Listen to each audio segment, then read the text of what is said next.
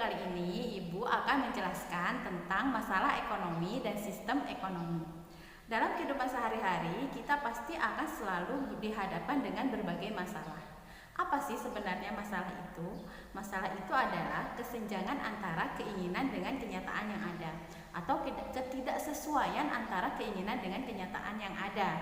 Nah, masalah ekonomi sendiri apa? Masalah ekonomi secara umum itu adalah kelangkaan. Sudah sering Ibu jelaskan bahwa sumber daya yang ada itu jumlahnya terbatas, sementara keinginan dan kebutuhan manusia itu jumlahnya tidak terbatas, sehingga terjadi yang namanya kelangkaan. Sedangkan masalah ekonomi menurut aliran klasik itu yang pertama adalah masalah produksi, ya. Jadi bagaimana caranya membuat suatu produk, seperti apa produk tersebut akan dibuat, teknologi yang digunakan akan menggunakan teknologi apa, kemudian siapa saja yang akan memproduksinya, menggunakan sistem padat karya atau padat modal gitu ya. Jadi bagaimana sih caranya memproduksi suatu produk, itu masalah yang pertama dari aliran klasik, masalah ekonomi yang pertama. Lalu masalah yang kedua yaitu distribusi. Jadi setelah produk dihasilkan, bagaimana caranya mendistribusikan produk tersebut supaya sampai ke tangan masyarakat. Ini berhubungan dengan infrastruktur, misalnya jalannya, ketersediaan jalan, ketersediaan transportasi, menggunakan distribusi yang jalurnya panjang atau jalurnya pendek dan lain sebagainya. Jadi ini membahas bagaimana caranya supaya produk yang dihasilkan oleh produsen itu bisa sampai ke tangan konsumen dengan baik. Kemudian masalah konsumsi. Nah, ini berhubungan dengan konsumen gitu ya. Jadi ini berhubungan dengan apakah produk tersebut benar-benar bisa dikonsumsi, kemudian berhubungan juga dengan selera, pola pikir, pola hidup masyarakat gitu ya, dengan tren, dengan tradisi dan lain sebagainya. Jadi berhubungan dengan konsumsi gitu ya. Jadi masalah ekonomi klasik itu yang pertama adalah produksi, yang kedua distribusi, dan yang ketiga adalah konsumsi. Kemudian masalah ekonomi menurut teori modern yang pertama adalah apa. Jadi apa sih yang akan diproduksi gitu, apa yang dibutuhkan oleh masyarakat, seberapa banyak produk tersebut akan diproduksi. Jadi masalah yang pertama adalah apa gitu ya, atau what. Kemudian masalah ekonomi modern yang kedua adalah bagaimana gitu ya. Jadi bagaimana cara memproduksi suatu produk tersebut gitu. Siapa yang akan memproduksinya, kemudian menggunakan teknologi apa gitu ya. Kemudian apakah menggunakan padat karya atau padat modal gitu ya. Jadi bagaimana sih memproduksi suatu produk itu secara efisien dengan sumber daya yang terbatas tadi gitu. Bagaimana supaya bisa menghasilkan produk yang sesuai diinginkan oleh konsumen dengan sangat efisien gitu. Kemudian yang ketiga, untuk siapa gitu ya. Jadi produksi tersebut untuk siapa gitu, siapa yang akan menggunakan produk-produk tersebut gitu. Jadi masalah ekonomi menurut teori modern itu adalah apa, bagaimana, dan untuk siapa. Nah, setiap negara di seluruh dunia ini akan menghadapi masalah yang sama gitu, akan menghadapi masalah ekonomi yang sama. Apa, bagaimana, untuk siapa barang tersebut diproduksi. Tetapi untuk mengatasi masalah tersebut, itu masing-masing negara bisa membuat sistem ekonomi yang berbeda sesuai dengan falsafah hidup negara masing-masing, sesuai dengan ideologi negara masing-masing. Jadi untuk mengatasi masalah-masalah ekonomi tersebut dibuatlah sistem ekonomi. Jadi apa sih pengertian dari sistem ekonomi? Sistem ekonomi adalah suatu sistem yang mengatur serta menjalin hubungan antara manusia dengan seperangkat kelembagaan di dalam suatu tatanan kehidupan. Sistem ekonomi itu tidak berdiri sendiri, melainkan berkaitan dengan falsafah hidup, ideologi, dan pola hidup suatu masyarakat. Dan sistem ekonomi ini merupakan salah satu bagian saja dari supra sistem kehidupan masyarakat yang berkaitan dengan ideologi. Jadi sistem ekonomi merupakan bagian dari kesatuan ideologi dalam kehidupan masyarakat, gitu ya. Jadi sistem ekonomi ini sesuai dengan ideologi masing-masing negara. Nah, di dunia ini ada berbagai macam sistem ekonomi yang dikenal. Yang pertama ada sistem ekonomi tradisional ya. Jadi sistem ekonomi tradisional ini adalah sistem ekonomi yang masih sederhana gitu ya. Jadi di dalam sistem ekonomi tradisional ini belum ada pembagian kerja, kemudian masih menggunakan barter gitu ya, atau tukar menukar barang dengan barang. Apa ciri-ciri sistem ekonomi tradisional? Yang pertama, belum ada pembagian kerja tadi ya. Jadi biasanya orang itu memproduksi barang untuk memenuhi kebutuhan dia sendiri saja gitu. Jika ada lebih baru ditukarkan dengan barang yang lain yang dia butuhkan. Jadi biasanya mereka belum ada pembagian siapa yang mencari bahan baku misalnya ya, kemudian pembagian yang memproduksi, pembagian yang mendistribusikan, pembagian kerja dalam produksi tersebut juga belum ada gitu. Jadi biasanya mereka memproduksi sendiri gitu ya. Semua proses produksi itu dikerjakan sendiri gitu. Jadi belum ada pembagian kerja. Itu ciri yang pertama. Kemudian yang kedua, pertukarannya masih menggunakan barter, barang dengan barang. Kemudian yang ketiga, cirinya adalah hubungan antar individu itu sangat erat gitu ya, berdasarkan ikatan kekeluargaan biasanya.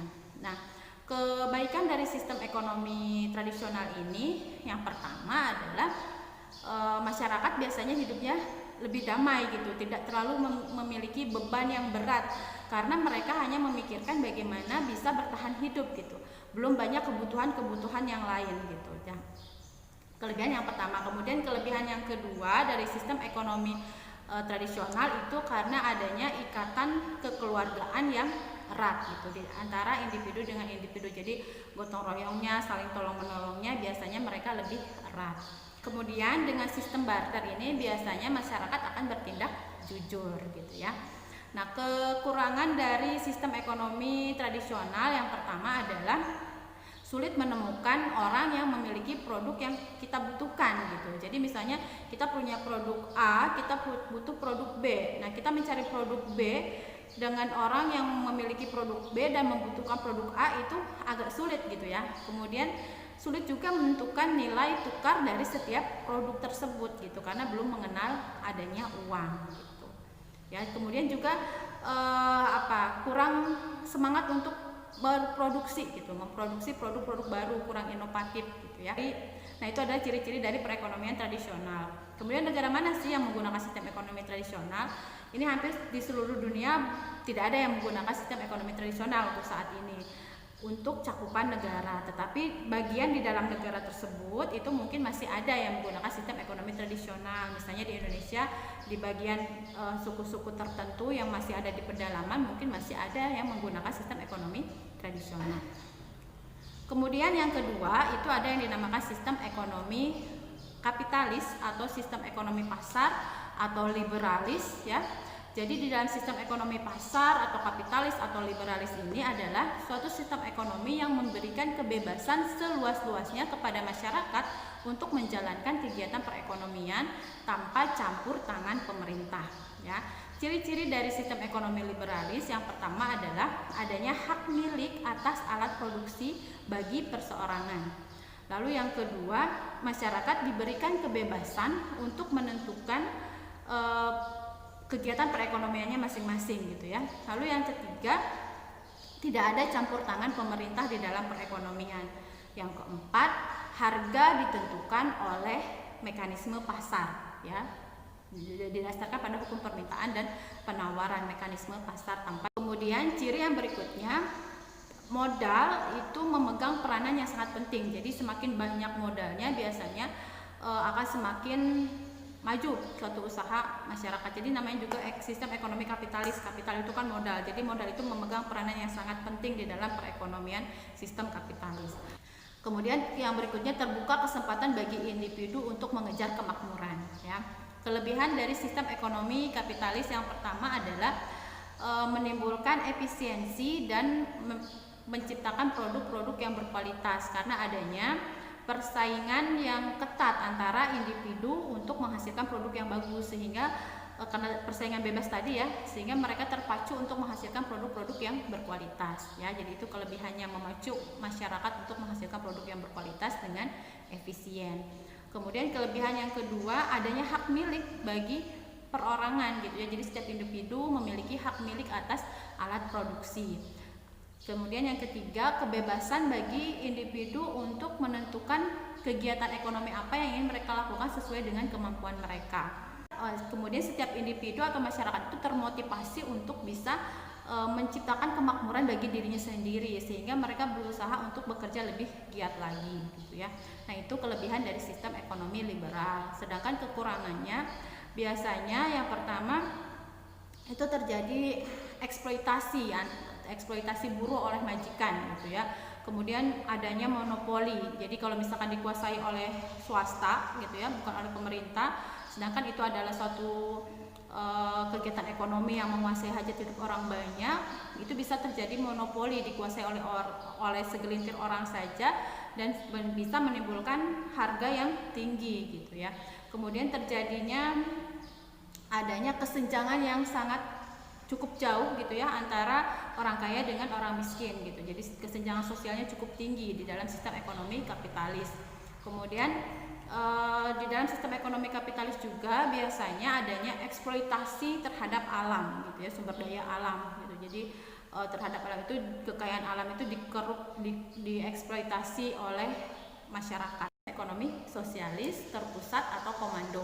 Jadi di dalam sistem ekonomi sosialis, terpusat atau komando ini justru perekonomian betul-betul diatur, dikuasai oleh pemerintah. Jadi masyarakat tidak memiliki kebebasan dalam mengatur atau menentukan kegiatan perekonomian mereka sendiri karena semua diatur oleh pemerintah. Nah, ciri-ciri sistem ekonomi sosialis yang pertama adalah perencanaan disusun oleh pemerintah. Yang kedua, alat produksi itu dikuasai oleh pemerintah. Jadi tidak ada hak milik atas alat-alat produksi oleh masyarakat. Jadi semua hak milik alat produksi itu adalah milik pemerintah. Inisiatif dan hak milik perorangan itu dibatasi. Kelebihan dari sistem ekonomi sosialis ini yang pertama adalah mudah mengaturnya karena semua dikendalikan oleh pemerintah ya, mudah mengatur perekonomian. Kemudian yang kedua adalah kesenjangan ekonominya relatif rendah. Jadi relatif tidak ada jarak antara yang kaya dan miskin dari segi perekonomian karena semua diatur pemerintah bagaimana supaya sama rata, sama rasa gitu. Kemudian yang ketiga kelebihannya adalah hasil produksi dapat dinikmati secara merata. Dan yang keempat itu adalah mudah melakukan pengendalian harga karena yang menentukan harga itu adalah pemerintah. Kekurangan dari sistem ekonomi ini yang pertama adalah tidak adanya hak milik bagi perorangan atas alat produksi. Kemudian masyarakat kurang termotivasi untuk menghasilkan produk-produk yang berkualitas. Jadi rendah motivasi masyarakatnya. Jadi potensi dan daya kreasi masyarakat tidak dapat berkembang dengan baik. Dan terdapat kebebasan individu gitu ya. Nah, negara mana saja sih yang menggunakan sistem ekonomi sosialis ini? Misalnya Kuba gitu ya. Rusia, kemudian Cina gitu ya. Tapi sekarang hampir tidak ada yang menggunakan sistem ekonomi sosialis ini gitu. Jadi hanya porsinya saja lebih besar gitu ya, porsi negara dalam mengatur perekonomian. Tapi biasanya di setiap negara itu masih tetap ada kebebasan masyarakat untuk melakukan kegiatan ekonomi, hanya pengaturannya yang lebih banyak oleh pemerintah di negara sosialis gitu. Tapi sekarang tidak ada, hampir semuanya tidak ada negara yang menggunakan sistem ekonomi kapitalis murni ataupun sosialis murni. Kemudian sistem ekonomi campuran. Sistem ekonomi campuran adalah sistem ekonomi yang menggabungkan antara sistem ekonomi liberalis dan sistem ekonomi sosialis. Ciri-ciri dari sistem ekonomi campuran ini yang pertama adalah adanya pemerintah yang ikut serta dalam mengatur perekonomian suatu negara. Yang kedua, pihak swasta tetap ikut berperan serta dalam kegiatan perekonomian. Kelebihan dari sistem ekonomi campuran adalah yang pertama, adanya pemisahan yang jelas antara sektor ekonomi dikuasai oleh pemerintah dengan sektor ekonomi yang dikuasai oleh swasta. Biasanya pemerintah akan menguasai sektor-sektor ekonomi yang menguasai hajat hidup orang banyak.